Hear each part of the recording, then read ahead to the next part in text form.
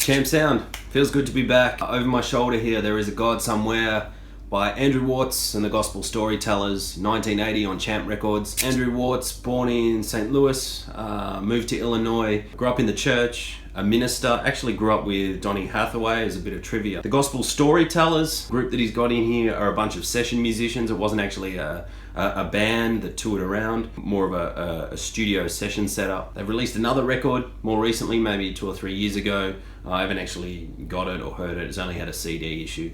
There is A God Somewhere recorded in 1980 in Nashville at Champ Studios, so a really small label, a gospel label that has a catalogue of a fair few 45s, not quite as many 12-inch LPs. What it is a funky, soulful gospel record.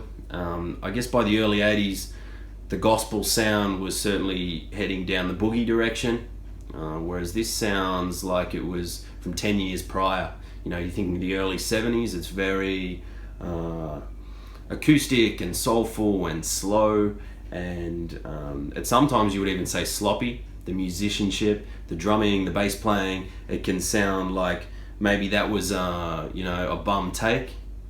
Certainly not a slick recording, it's not overproduced, but that sloppiness, I guess, adds to the charm of the record, almost like a live session, and that, only adds to the appeal. The copy I've got, I bought off eBay, off a big collector, and my kind of inkling is this collector is the one that actually unearthed this record. I think it's sat undiscovered for 15 to 20 years. It's been found somewhere in Chicago, and I'm imagining there's a couple of boxes of dead stock copies, because the ones that come up for sale on Discogs and eBay are generally in the shrink, still sealed maybe, or certainly unplayed and near mint. So I'm imagining it's come from this one collection. You're gonna pay $200, $300, $400 US for a copy. So that kind of cancels out a fair few collectors. If you're after that original artifact, and you're after rare private press kind of small press pieces, you'll know what I'm talking about. To my ears, it's the best gospel record you can get. It's not the black gospel sound, which is that up tempo. It's not the boogie or more sort of electronic sound. It is slow, soulful, funky gospel music. Think, early 70s artists like Curtis Mayfield. Think of even funkiness like James Brown. And I mentioned Donny Hathaway before. Why shouldn't you buy it? One main reason about the original press here over my shoulder is there's a high-pitched squeal that runs throughout the whole recording. It's more prominent on some songs, less prominent on others, but it's still audible. And that can be annoying, especially if you're paying a premium price for a record. The other reason I think might turn people off is the lyrical content is very much scripture based. It's a Christian record, and every song is about Jesus.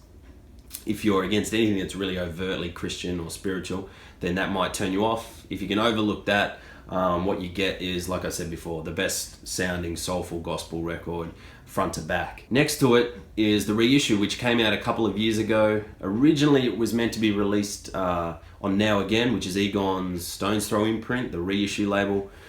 The release date kept getting pushed back and back, and eventually I saw on Andrew's Facebook page a few years ago, he posted a termination letter of their contract agreement with Now Again. And a year or so later, this came out. Andrew actually privately pressed this himself. You can buy it directly from him, whether it's on the Facebook page or there is a website. The advantages of buying the repress is you get that high-pitched squeal engineered out.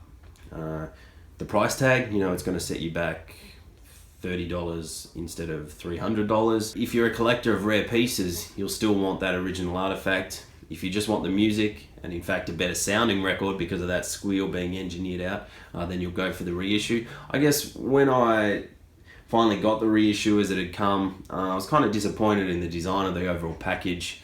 The original release has that really nice stock image of the forest, and sure, the reissue has a similar kind of image as well, but with the original press you've got almost that anti-design kind of just the black text basically put anywhere up on the cover.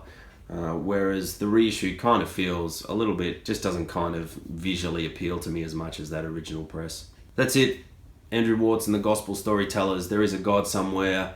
1980, Champ Records. Champ Sound. Peace.